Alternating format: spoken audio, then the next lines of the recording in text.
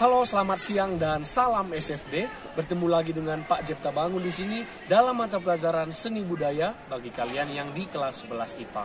Nah, hari ini kita akan mempelajari materi baru anak-anak sekalian, yaitu tentang karya seni rupa 3 dimensi. Melalui pembelajaran kita hari ini, Bapak harapkan kalian akan memahami pengertian seni rupa 3 dimensi, pengklasifikasiannya, jenis dan nilai estetisnya. Oke, jadi tanpa berlama-lama kita akan masuk ke materinya.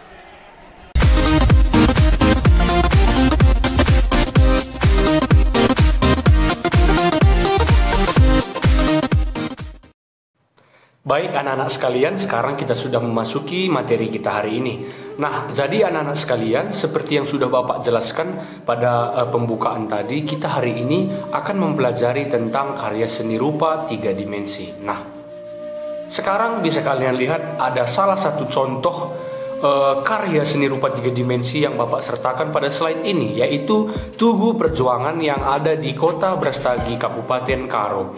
Kalau kita tarik sebagai sebuah karya seni, Tugu Perjuangan ini termasuk karya seni dan berbentuk 3 dimensi. Nah, seperti yang kalian lihat, Tugu Perjuangan ini memiliki ukuran seperti memiliki panjang, ada lebarnya dan ada tingginya juga. Nah, jadi untuk lebih jelasnya kita akan mempelajari pengertian seni rupa 3 dimensi. Itu yang akan kita pelajari pertama. Nah, jadi anak-anak sekalian, seni rupa 3 dimensi itu merupakan karya seni yang memiliki 3 ukuran, yaitu ada panjang, ada lebar, dan ada juga tinggi, sehingga kerajinan tersebut memiliki volume dan biasanya dia dapat dilihat lebih dari 2 sisi.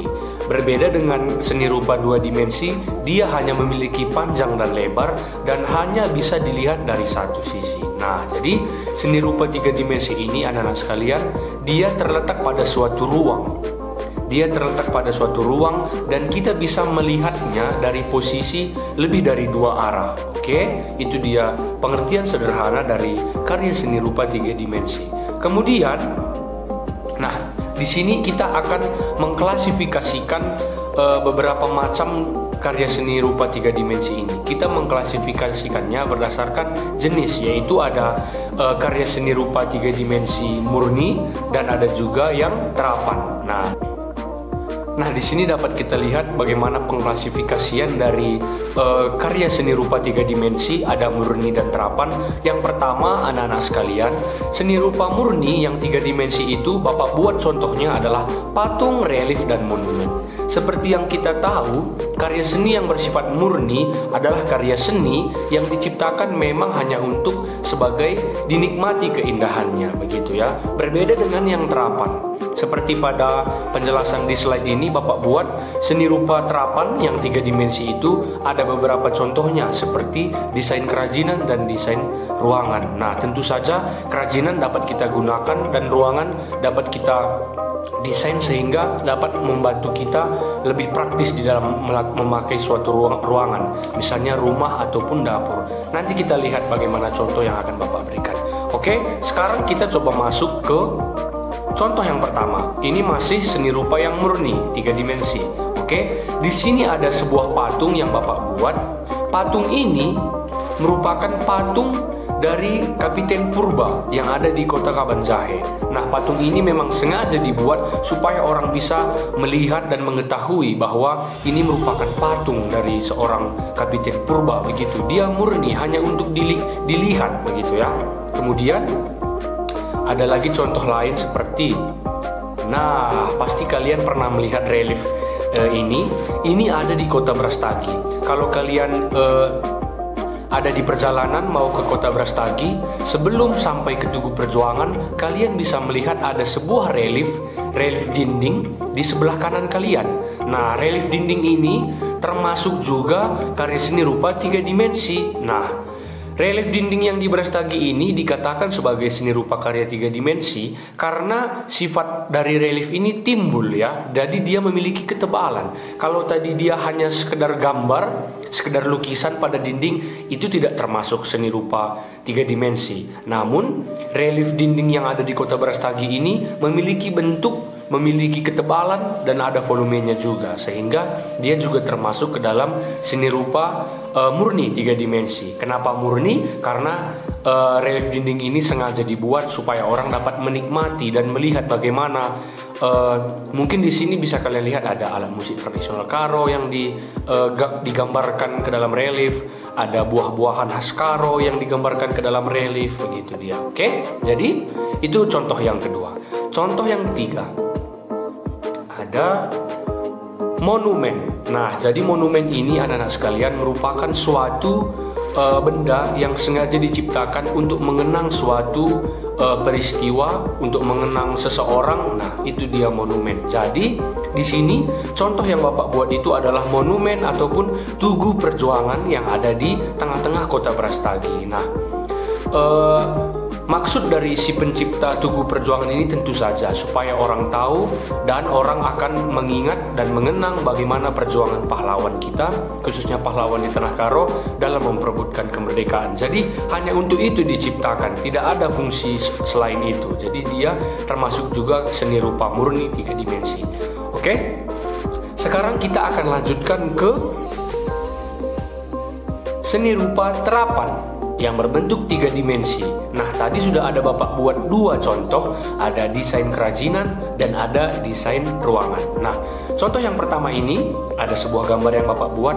Yang pertama adalah desain kerajinan. Nah, bisa kalian lihat desain kerajinan pada gambar ini merupakan adanya perpaduan sebuah keramik ataupun guci yang dibungkus di luarnya menggunakan rotan. Nah, selain untuk hiasan, ada juga fungsi praktis lain dari guci-guci ini. Mungkin sebagai tempat bunga plastik, menjadi vas bunga, ataupun menjadi tempat, pokoknya mungkin dia bisa menjadi ada fungsi yang lain, seperti misalnya jadi tempat karangan bunga seperti yang tadi. Jadi desain kerajinan ini termasuk ke dalam seni rupa terapan 3 dimensi karena dia memiliki fungsi praktis lain. Oke, kemudian yang kedua, contoh kedua ini merupakan desain ruangan ataupun interior. Nah, jadi tentu saja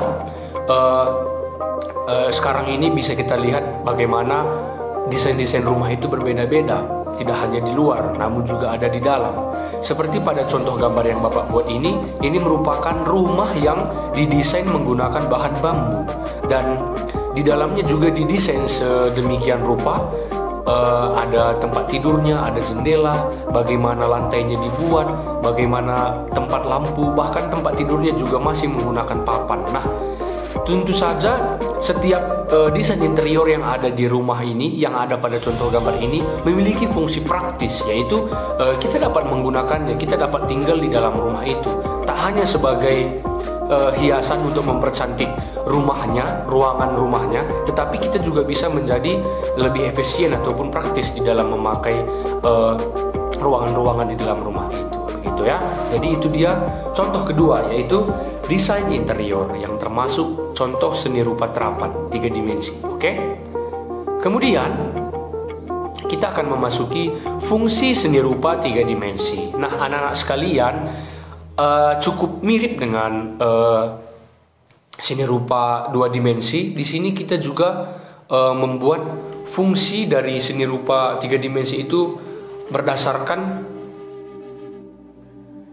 jenis yang tadi, yaitu murni dan terapan, sehingga dapat kita pahami, yakni yang pertama, seni rupa murni yang berbentuk 3 dimensi itu.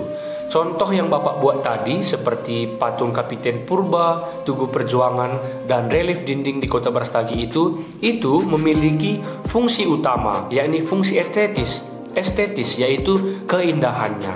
Namun selain keindahannya ada juga fungsi yang lain, mungkin seperti ada nilai sejarah di dalamnya. Oke, begitu dia fungsi dari seni rupa murni 3 dimensi. Kalau fungsi seni rupa terapan yang 3 dimensi itu tergantung kepada produk itu sendiri, tergantung kepada bendanya. Misalnya tadi ada kerajinan yang berbentuk guci dan tempat bunga, ya fungsi praktis dari kerajinan itu tentu saja sebagai wadah ataupun tempat bunga, tidak hanya sebagai hiasan semata, begitu ya. Jadi desain kriya yang diterapkan pada kerajinan merupakan contoh dari seni rupa 3 dimensi. di sini fungsinya tergantung kepada benda itu sendiri yang merupakan seni rupa 3 dimensi. Begitu ya anak-anak, dia tergantung kepada benda itu sendiri. Nah, sekarang penjelasan yang sudah Bapak sampaikan tadi, Bapak harap kalian dapat mengerti. Sekarang akan Bapak bacakan apa tugas kalian. Oke, simak ya.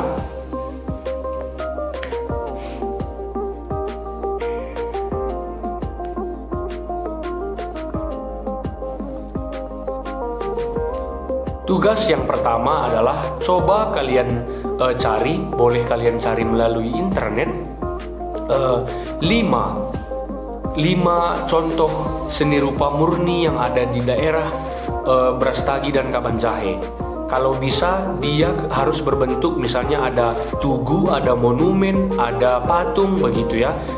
5. Bapak suruh kalian mencari 5. Oke.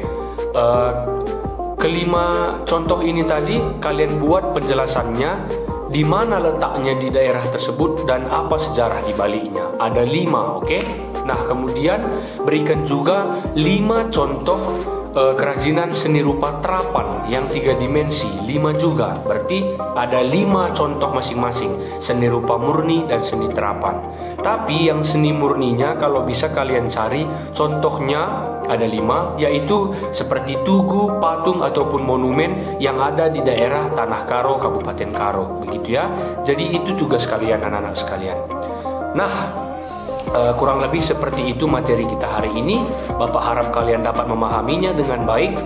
Kita bertemu lagi pada pertemuan yang selanjutnya. Jadi terima kasih atas perhatian kalian semua. Bapak ucapkan terima kasih. Sekali lagi tetap jaga kesehatan dan salam SFD.